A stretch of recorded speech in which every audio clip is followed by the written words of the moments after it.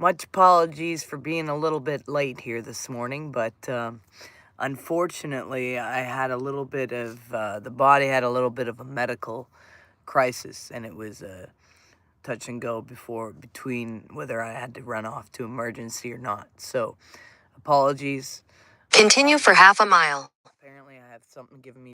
I apologize because I'm a little bit late than the usual time, and time don't matter, right? It's a construct. So, I mean, really, am I late or am I just right on time? That's the real reality, isn't it? Time is just something we made up. It doesn't even exist. As I am that I am. But today, we're going to continue on and talk about The Lion Escapes the Matrix, Part 2. So, the second part of what we were discussing yesterday. We're talking about the sleeping God awakens.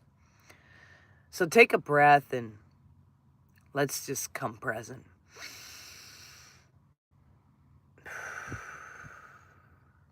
And just really be here now.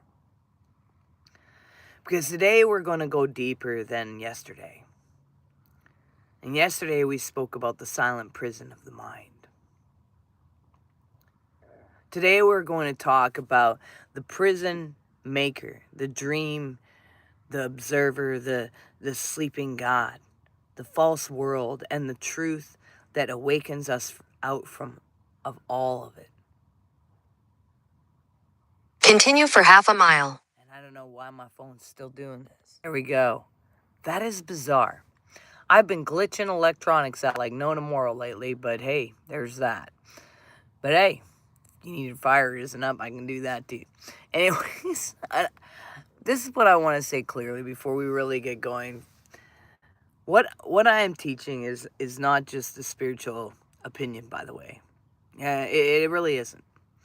These ideas that I've been discussing and explored is in philosophy, it's in ancient texts, theology, even in mystical traditions and theology.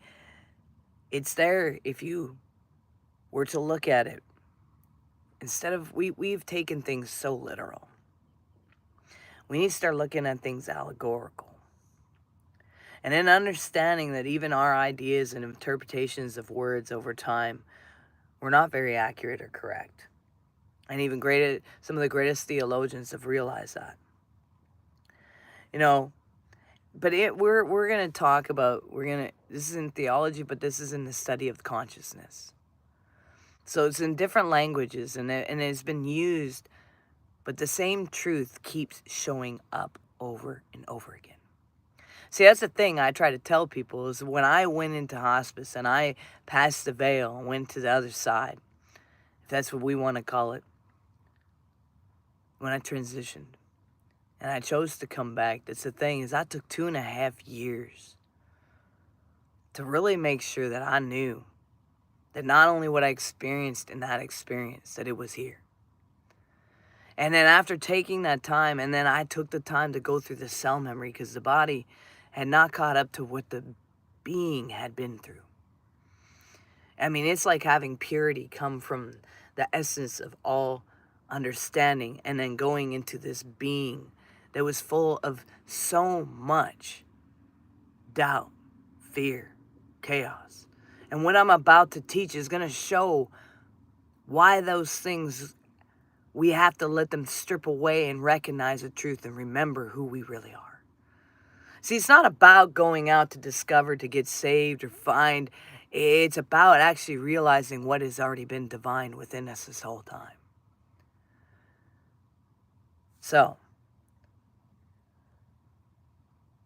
this has been in different languages. So today we're going to go deep.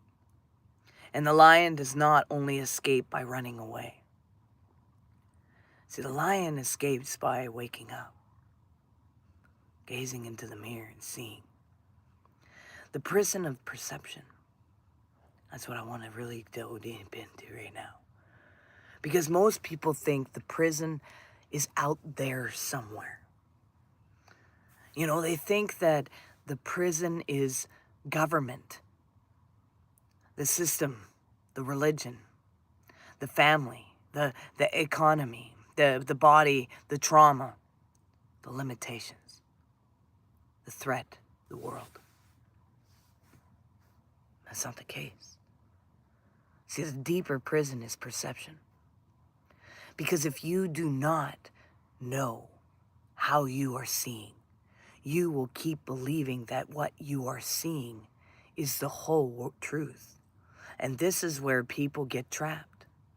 We are taught to trust the senses without question. We are taught to trust the first thought. We are taught to trust the fear response. And we are taught to trust the memory.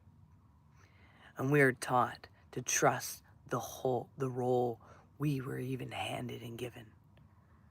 And we are taught that to trust the name we're called, the history we're taught, the label, the pain, the diagnosis we're given, the accusation, the story.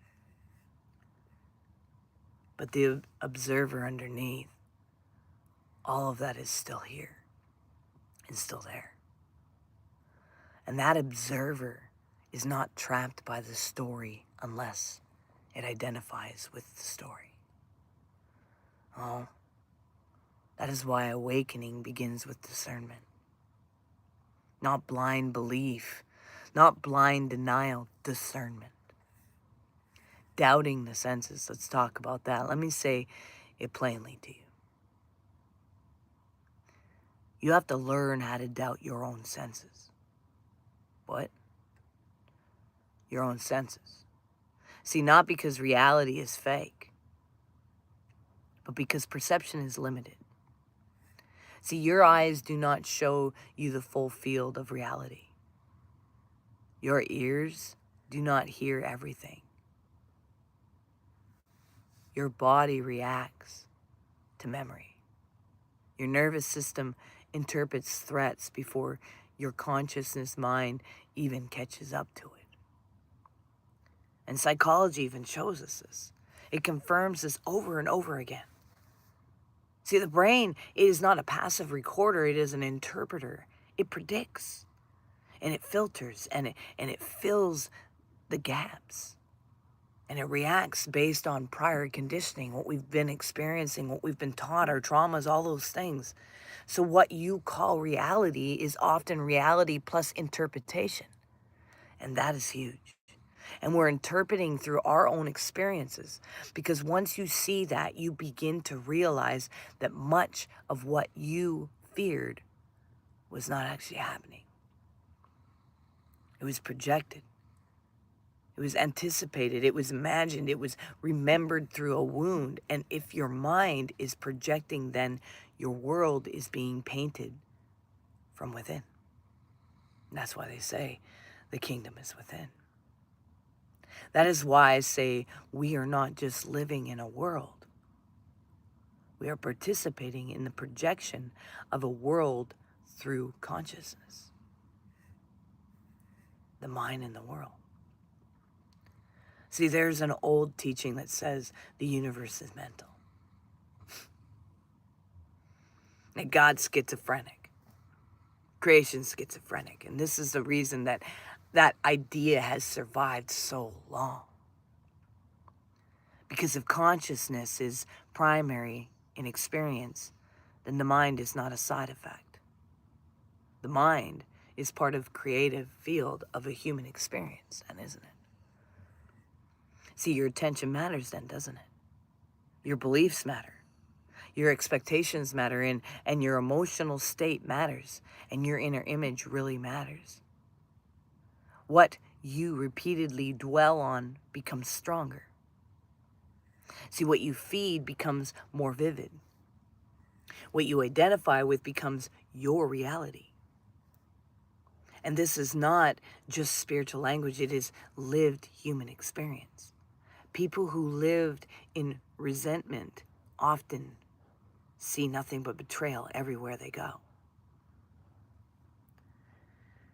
People who live in shame often see judgment everywhere they go. And people who live in fear often see danger everywhere. And people who live in love often see possibilities everywhere. But people who live in awareness begin to see clarity. So yes, the world is real. But the way you experience the world is being shaped every moment by the state of mind you are in. And that is why the battle is internal first. The sleeping God, we call it. Now let's talk about the sleeping God.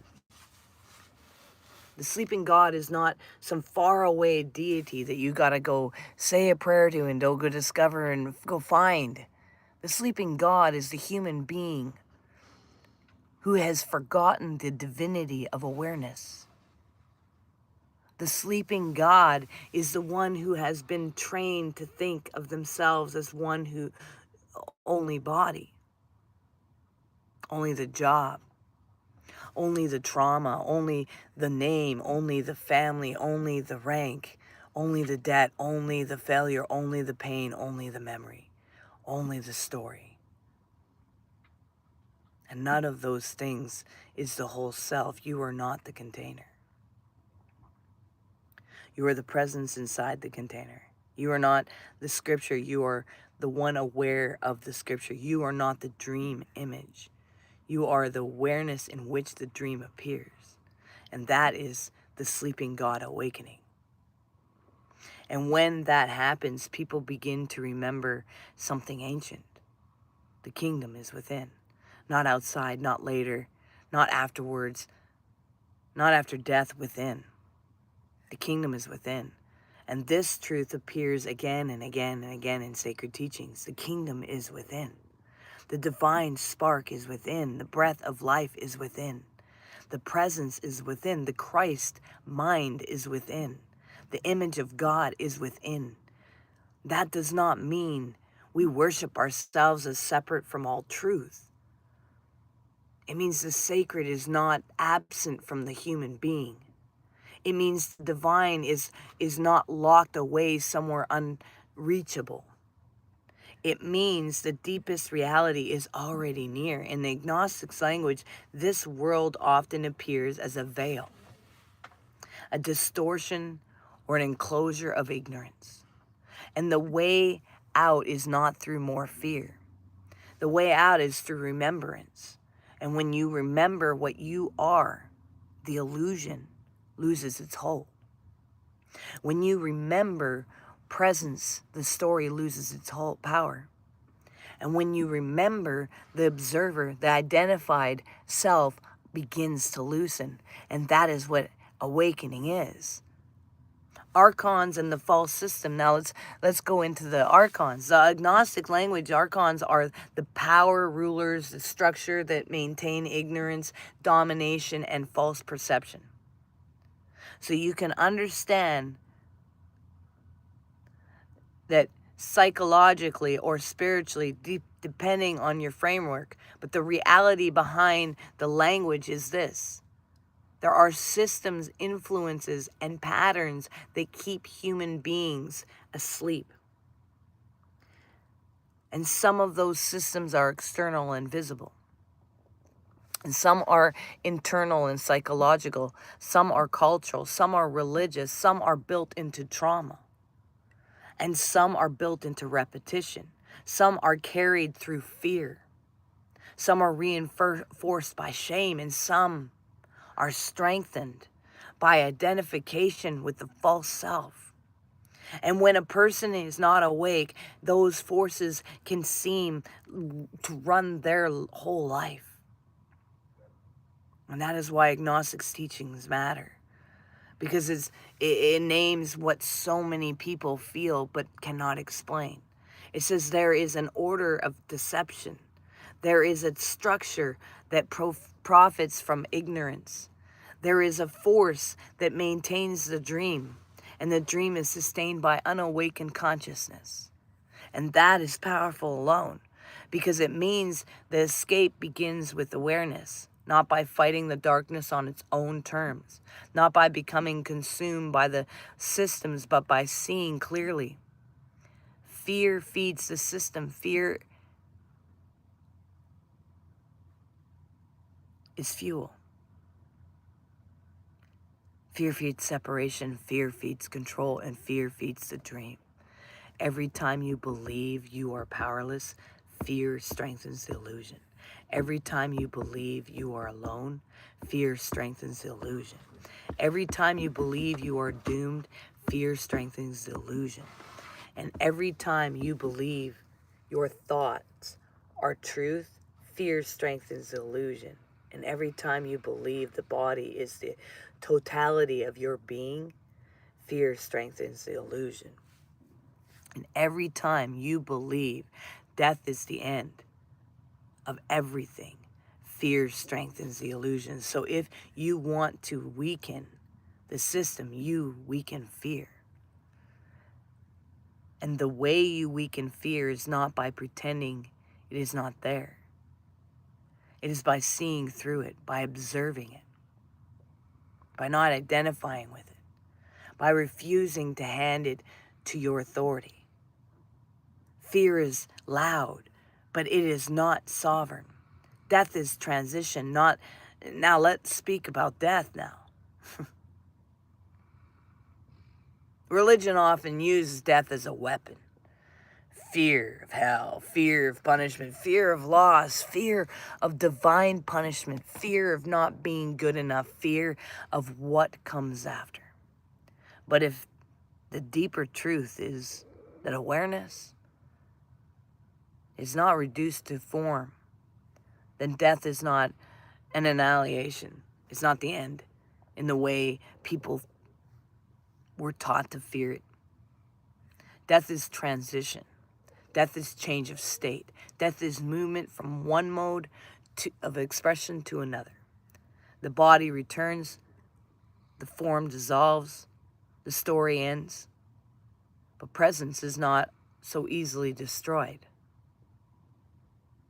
This is why people who awaken stop worshiping death as an all-powerful enemy. They stop being hypnotized by the threat, and they stop being controlled by the fear of ending. They become more alive because they are no longer ruled by the idea that the body is the whole truth.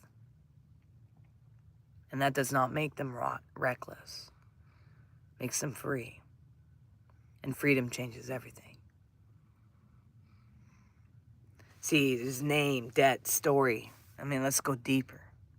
Most people live under the name, the debt, the story, and they live under what they were called, what they live under, what was recorded. They live under what was expected. They live under what they owe. They live under what happened. They live under what they were told. They live under what they feared. But none of that is the deepest self. You are not the legal identity alone. You are not the paper identity alone.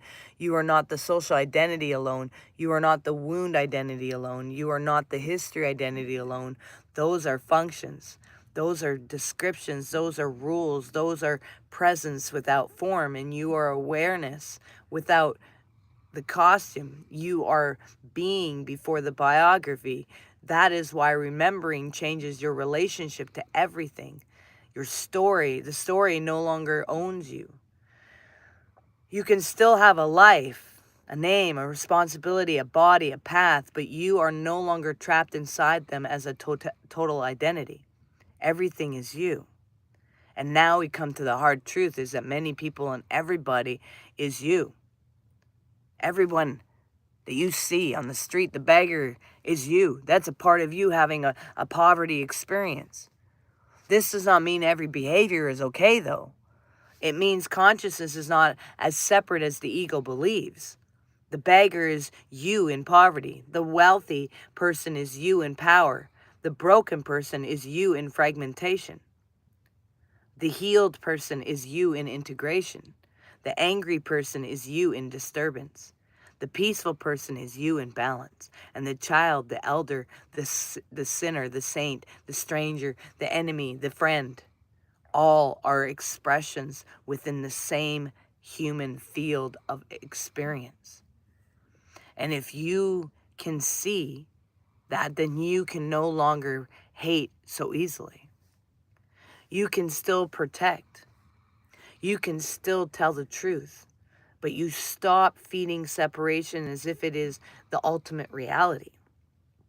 Because the ultimate reality is deeper than the appearance of division. And when you truly see this, compassion becomes real, not soft weakness, real compassion.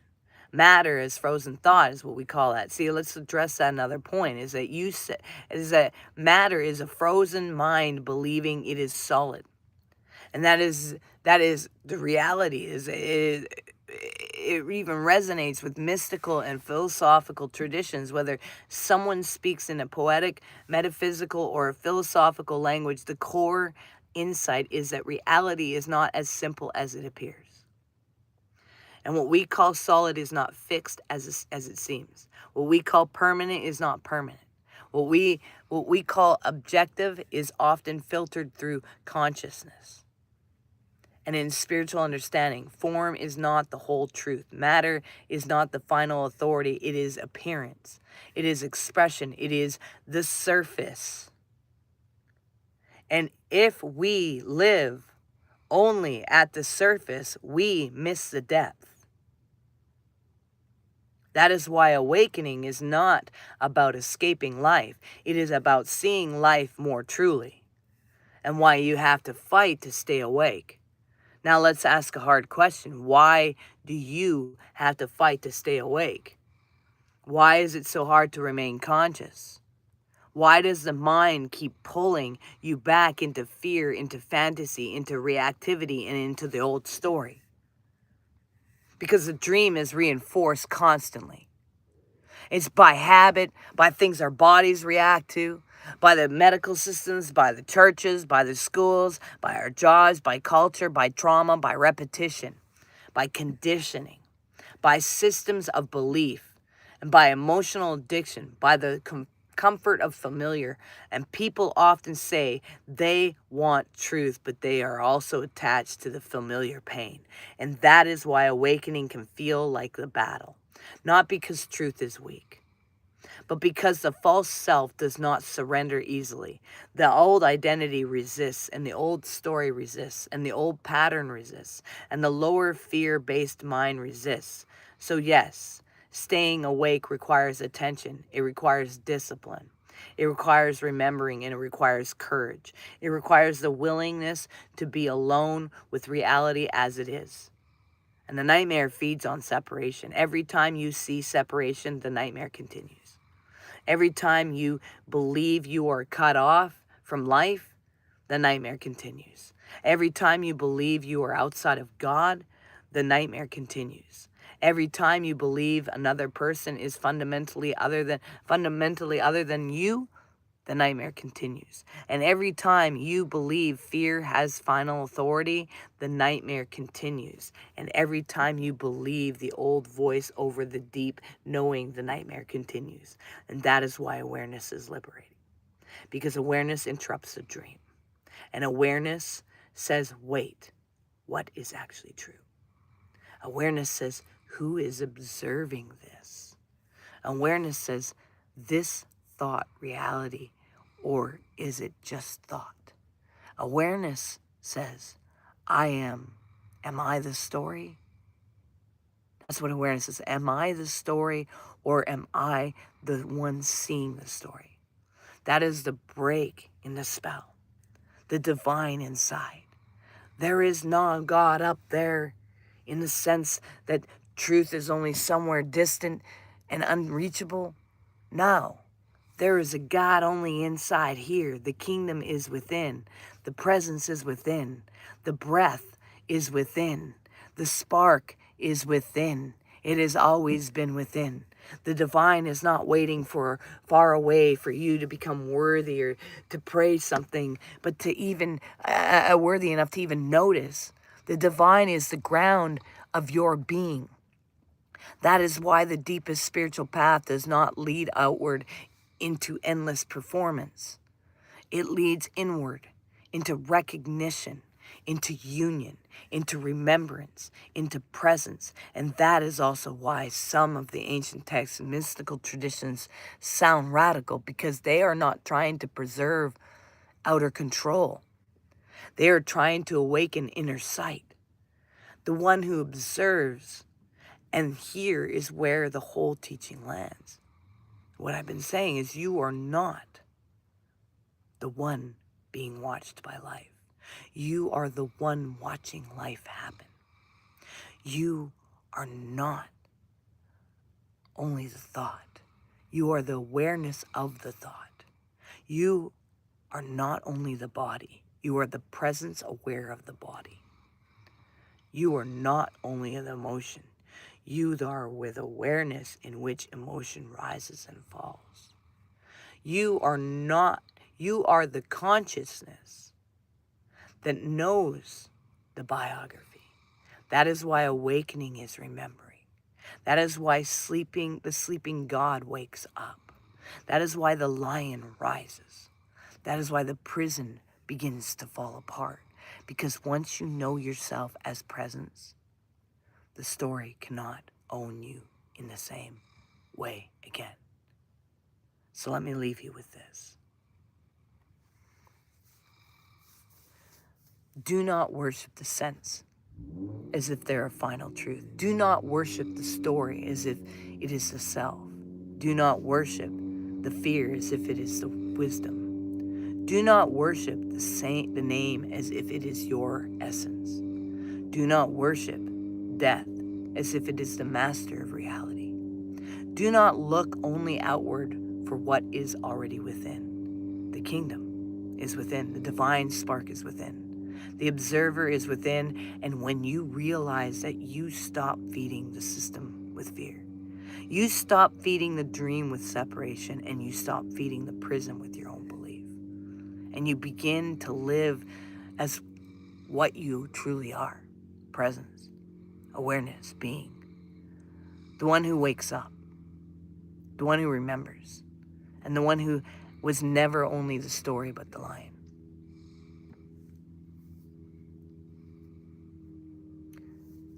Peace and love. Take care, troll.